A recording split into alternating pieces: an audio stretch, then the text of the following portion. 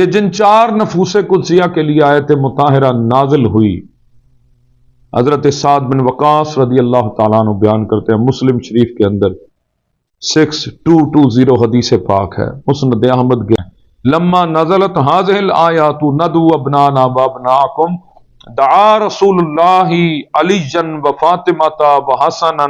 وحسینا فقال اللہم ہؤلاء اہلی۔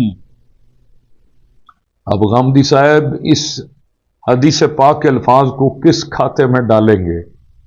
کیوں کھل کر نہیں بیان کرتے؟ مولا علی کی بات، سیدہ فاطمہ کی بات، امام حسن حسین کی بات۔ یہ سوشل میڈیا کی معروف شخصیت جاوید احمد غامدی صاحب کبھی آیت تطہیر پر اہل بیت یعنی پنجتن پاک کی فضیلت کو کم کرنے کی کوشش کرتے ہیں،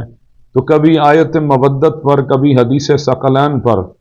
اور اب جو ان کا ایک اور ویڈیو چل رہی ہے سوشل میڈیا پر، انہوں نے آیت مبالہ کے حوالہ سے بات کی۔ تو آئیے جو قرآن و سنت کے اندر حقیقی طور پر آیت مبالہ جب نازل ہوئی تو اس سے مراد کون لوگ تھے، کن کا مقام و مرتبہ ہے، یہ فضیلت اللہ نے کن کو عطا فرمائی ہے، کن کے کھاتے میں آئی ہے۔ تو جب نجران کے سائی علماء جب توحید الہی کے مسئلہ پر بحث و تکرار پر اتر آئے تو پہلے اللہ تعالیٰ نے ان کے سامنے علمی دلائل پیش کیے، علمی دلائل کا حکم فرمایا، یعنی اللہ رب العالمین نے قرآن کے ذریعے، نبی علیہ السلام کے ذریعے قرآن کی آیت نازل کر کے پیغام دیا کہ جو تم بات کر رہے ہو یہ غلط ہے، کہ تم یہ کہتے ہو کہ عیسیٰ علیہ السلام بغیر باپ کے پیدا ہوئے ہیں، تو اللہ کے نزدیک یہ کون سا مشکل کام ہے؟ ان مثل عیسیٰ عند اللہ کمثل آدم خلقہ من تراب ثم قال لہ کن فیکون الحق من ربک فلا تکن من الممترین، سورہ آل عمران، اس کے اندر یہ آیت مبارکہ ہے۔ اللہ نے علمی دلیل پیش کی۔ میرے محبوب صلی اللہ علیہ وآلہ وسلم ان سے فرما دیں کہ بے شک عیسیٰ علیہ السلام کی مثال اللہ تعالیٰ کے نزدیک آدم کی طرح ہے۔ اس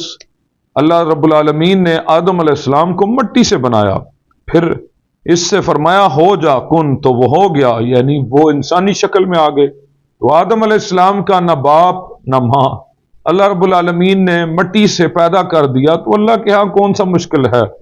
تو یہ بات تمہارے رب کی طرف سے حق ہے، سو تو شک کرنے والوں میں سے نہ ہو۔ یعنی اللہ رب العالمین کی ذات وہ ذات ہے، وہ چاہے تو بغیر ماں اور باپ کے آدم کو پیدا کر سکتا ہے۔ یہ دلیل کہاں سے آ گئی کہ عیسیٰ علیہ السلام بغیر باپ کے ہیں؟ تو اس کا مطلب یہ ہو گیا کہ وہ معبود ہو گئے، الہ ہو گئے۔ تو اللہ نے فرمایا وہ الہ نہیں ہیں۔ اللہ جب حکم دیتا ہے جیسے قرآن کے اندر ہے، تو وہ پیٹ کے اندر اللہ کی قدرت سے اللہ رب العالمین بچہ عطا فرما دیتا ہے مریم علیہ السلام کے بطن میں، تو عیسیٰ علیہ السلام کن ہو جا، وہ ہو گئے۔ تو اسی طرح قرآن کے اندر بھی آیت ہے کہ اللہ جب ارادہ کرتا ہے تو کن فیکون، وہ ہو جاتا ہے۔ اب اللہ رب العالمین نے یہ مرحلہ بھی عیسیٰ علیہ السلام کی پیدائش کا اسی طرح ہی فرمایا کہ کن ہو جا،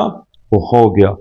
تو فرمایا کہ یہ کون سی دلیل ہے؟ بالآخر وہ پھر بھی نہ مانے، اور مباہلہ کا چیلنج اللہ رب العالمین نے انہیں کھلے الفاظ میں دیا۔ عیسائیوں کا دعویٰ تھا کہ حضرت عیسیٰ علیہ السلام معبود ہیں، اس پر انہوں نے دلیل یہ پیش کی کہ ان کی پیدائش بغیر باپ کے ہوئی تھی۔ تو وہ جو آیت پڑھی گئی انما مثل عیسیٰ، اللہ نے دلیل دی کہ آدم علیہ السلام بغیر ماں اور باپ کے، اللہ کے ہاں کچھ مشکل نہیں۔ یہ ایک مضبوط دلیل تھی، لیکن نجران کے عیسائی علماء نے ہٹ درمی کا مظاہرہ کیا، تو اللہ تعالیٰ نے مباہلہ کا چیلنج کرتے ہوئے نبی کریم صلی اللہ علیہ وآلہ وسلم کو ارشاد فرمایا، میرے محبوب فمن حاجک فیہ من بعد ما جاءک من العلم فقل تعالوا ندعو ابناءنا وابناءکم ونساءنا ونساءکم وانفسنا وانفسکم ثم نبتہل فنجعل لعنۃ اللہ علی الکاذبین۔ پھر جو شخص کٹ حجتی کرے آپ کے ساتھ، یعنی آپ کی بات کا رد کر دے، نہ مانے، حجتیں کرے، عیسائیوں کا بڑا پادری حجت بازی کرے اور پھر بھی نہ مانا، تو بعد اس کے کہ آپ کے علم میں آ گیا، ساری بات بھی اللہ نے پہنچا دی، تو آپ کہیں اپنے بچے لاؤ، میں اپنے بیٹے لے کر آتا ہوں، تم اپنی عورتیں لاؤ، میں اپنی عورتیں لے کر آتا ہوں، تم اپنے آپ کو لاؤ، میں خود آتا ہوں، پھر ہم مباہلہ ایک دوسرے کے خلاف گڑ گڑا کر دعا کریں تو جھوٹوں پر اللہ کی لعنت بھیجیں، یعنی جو بھی جھوٹا ہوگا اس پر لعنت ہو جائے گی، یعنی اگر وہ جھوٹے ہوئے ان پر لعنت ہو جائے گی، اگر ہم جھوٹے ہوئے ہم پر لعنت آ جائے گی اور اللہ کی طرف سے عذاب آ جائے گا، بات ختم ہو جائے گی، دیکھتے ہیں کون حق پر ہے۔ اب یہ دلائل کے بعد اگلا آخری مرحلہ تھا، یعنی اللہ رب العالمین نے جب علمی دلیل دی کہ اللہ کے ہاں کوئی مشکل بات نہیں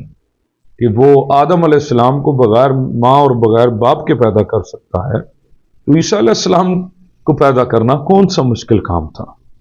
تو منکرین توحید کے خلاف یہ آخری اور فیصلہ کن فائنل مرحلہ تھا۔ اس حکم الہی کی تعمیل میں نبی اکرم صلی اللہ علیہ وآلہ وسلم اپنے ساتھ جن 4 نفوس مطہرہ کو لے گئے وہ حدیث پاک کے اندر آتے ہیں۔ اب غامدی صاحب بڑی توجہ کے ساتھ سنیے گا، آپ بڑی اچھی گفتگو کرتے ہیں، کئی دفعہ کہیں آپ کی باتیں بہت اچھی ہیں لیکن کہیں میں بالکل سرے سے اس کا نہ اس آیت کے شان نزول کے ساتھ تعلق ہوتا ہے، اور جب اہل بیت کی بات آتی ہے تو آپ بالکل ہی انتہائی شاید شیعہ سے ڈرتے ہیں۔ اب ہم ہر بات شیعہ کے کھاتے میں کیوں ڈال رہے ہیں؟ ہم نے کلمہ نبی کا پڑھا ہے، اللہ کی توحید بیان کر رہے ہیں، نبی کی رسالت بیان کر رہے ہیں، ہمیں کسی سے ڈرنے کی ضرورت نہیں، کسی کی بات ہی نہیں ہو رہی، یہاں تو ڈائریکٹ قرآن اور حدیث کی بات ہو رہی ہے، اس میں شیعہ یا سنی کہاں سے آ گیا؟ ایمان سے سوچنا ہوگا، ہمیں ایمان سے دلیل دینی ہوگی، سچائی پر مبنی دلیل دینی ہوگی، یہ نہیں اپنی من گڑت طویلیں، نہیں اس سے مراد بھی ازواج مطہرات ہیں یا یہ ہے وہ ہے، بات کو گول کر کے اتنا سا مقام آپ پیش کرنے کی کوشش کرتے ہیں حضرت سیدنا مولا علی اور سیدہ فاطمہ زہرا امام حسن حسین علیہ السلام کے بارے میں۔ تو یہ جن 4 نفوس قدسیہ کے لیے آیت مطہرہ نازل ہوئی، حضرت سعد بن وقاص رضی اللہ تعالیٰ عنہ بیان کرتے ہیں، مسلم شریف کے اندر 6220 حدیث پاک ہے، مسند احمد کے اندر اور سنن ترمذی کے اندر، المستدرک للحاکم کے اندر حدیث پاک ہے، اس کے علاوہ بہقی شریف کے اندر حدیث پاک ہے، تاریخ دمشق کے اندر حدیث پاک ہے، اس کے علاوہ شفا شریف کے اندر حدیث پاک ہے، سیرت اعلام النبلاء امام ذہبی نے لکھا، الصحابہ میں بھی آئی حدیث پاک، یعنی فتح القدیر کے اندر بھی امام شوکانی نے بھی لکھا، یعنی بڑے محدثین، اور پھر امام مسلم نے بھی لکھا، لما نزلت هذه الآیت، حضرت سعد بن وقاص بیان کرتے ہیں، لما نزلت هذه الآیات ندعو ابنانا وابناکم دعا رسول اللہ علیجا وفاطمۃ وحسنا وحسینا فقال اللہم ہؤلاء اہلی۔ اب غامدی صاحب اس حدیث پاک کے الفاظ کو کس کھاتے میں ڈالیں گے؟ کیوں کھل کر نہیں بیان کرتے مولا علی کی بات، سیدہ فاطمہ کی بات، امام حسن حسین کی بات؟ یہ بھی تو آقا کے اصلی گھر والے یہ لوگ ہیں جنہیں بار بار حضور کہتے ہیں کہ اللہم ہؤلاء اہلی۔ حضرت سعد بن وقاص بتا رہے ہیں لما نزلت هذه الآیت، جس کے آخری الفاظ اللہم ہؤلاء اہلی، انہیں فضیلت اللہ نے عطا فرمائی ہے۔ فرمایا جب یہ آیت نازل ہوئی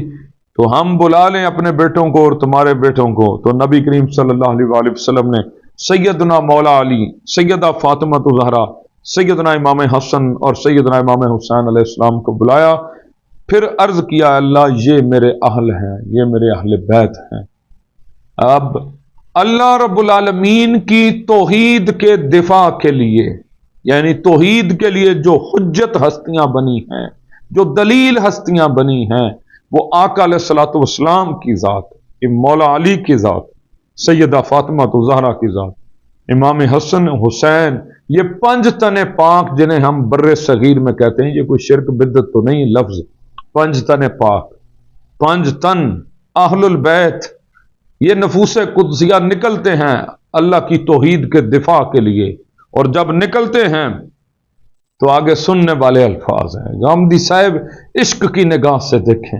ادب کی نگاہ سے دیکھیں، اہل بیت کے مقام و مرتبے کی ریسرچ کریں، چیک کریں، کہ کیا واقعی اہل بیت کا ذکر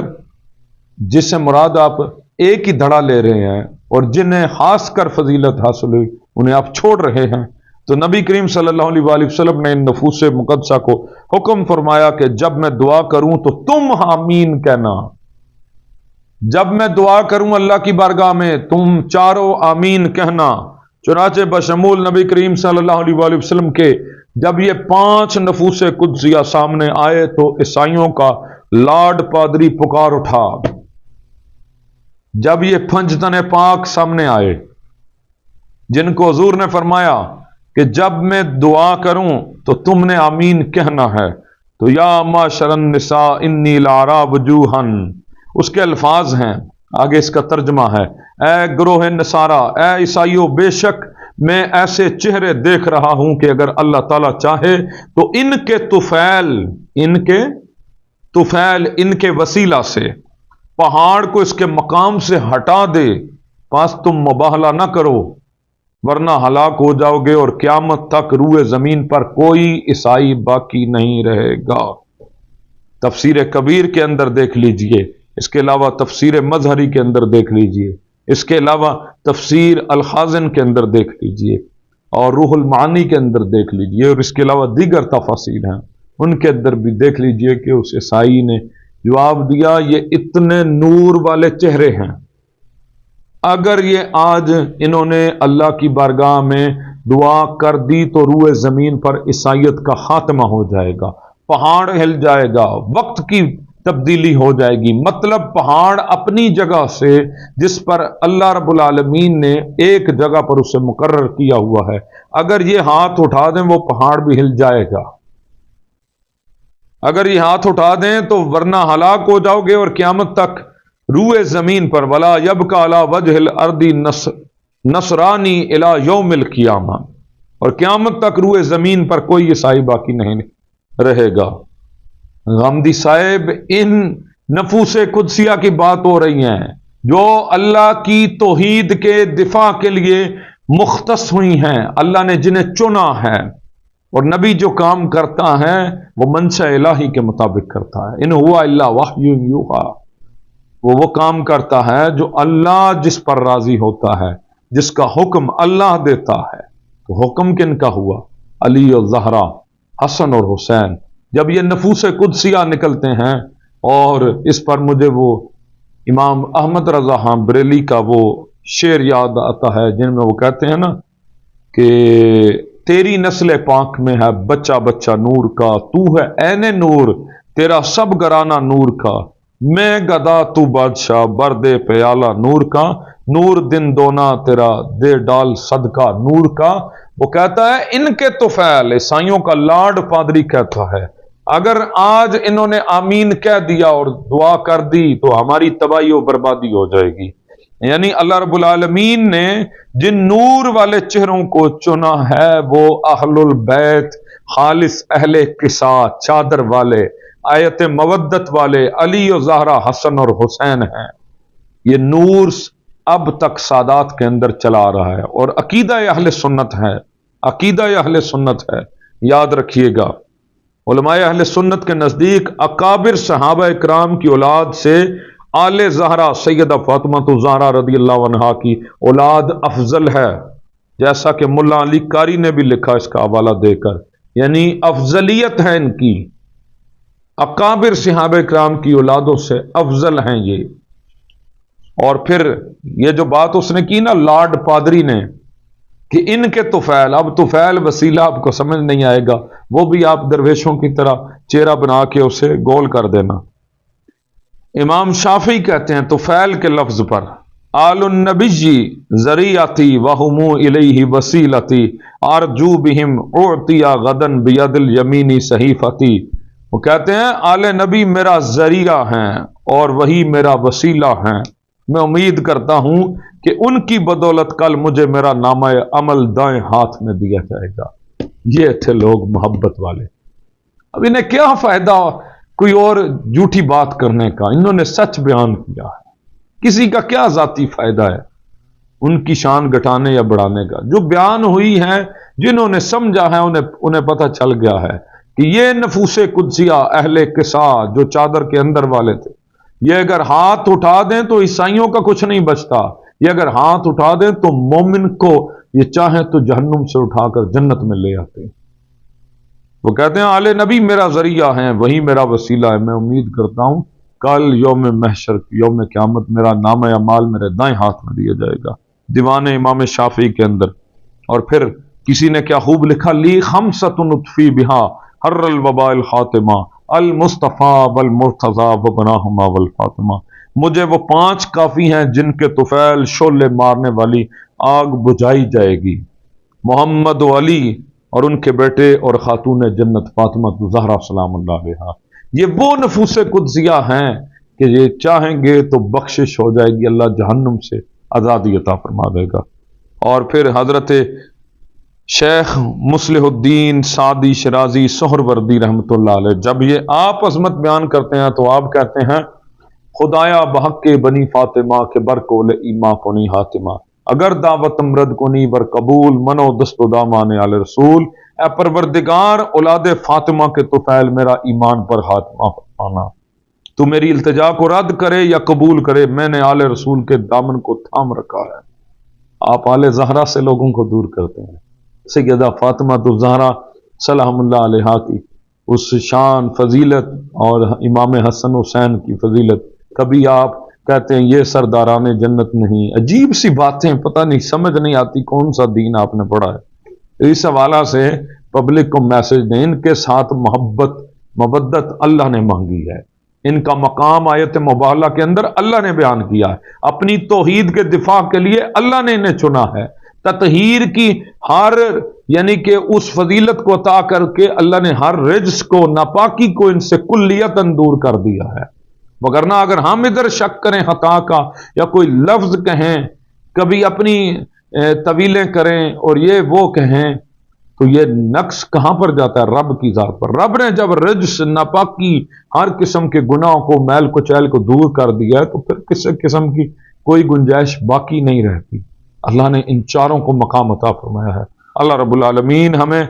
آیت مباہلہ کے اندر ان نفوس قدسیہ کے مقام و مرتبے کو سمجھنے کی توفیق عطا فرمائے۔ غامدی صاحب ہم آپ کے لیے صرف دعائی کر سکتے ہیں کہ اللہ آپ کو ہدایت عطا فرمائے۔ اور یہ مسلم شریف کے اندر لما نزلت هذه الآیات فقل تعالوا ندعو ابناءنا وابناءکم، یہ چیک کریں آپ کو پتہ چلے گا کہ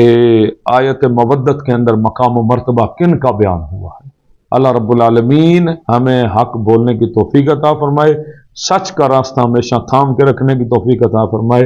اور مولا علی کے پیروکاروں میں ہمیں شامل فرمائے، کیونکہ علی جو مال حق والحق مال علی، حق علی کے ساتھ ہے، علی حق کے ساتھ ہے۔ والسلام علیکم۔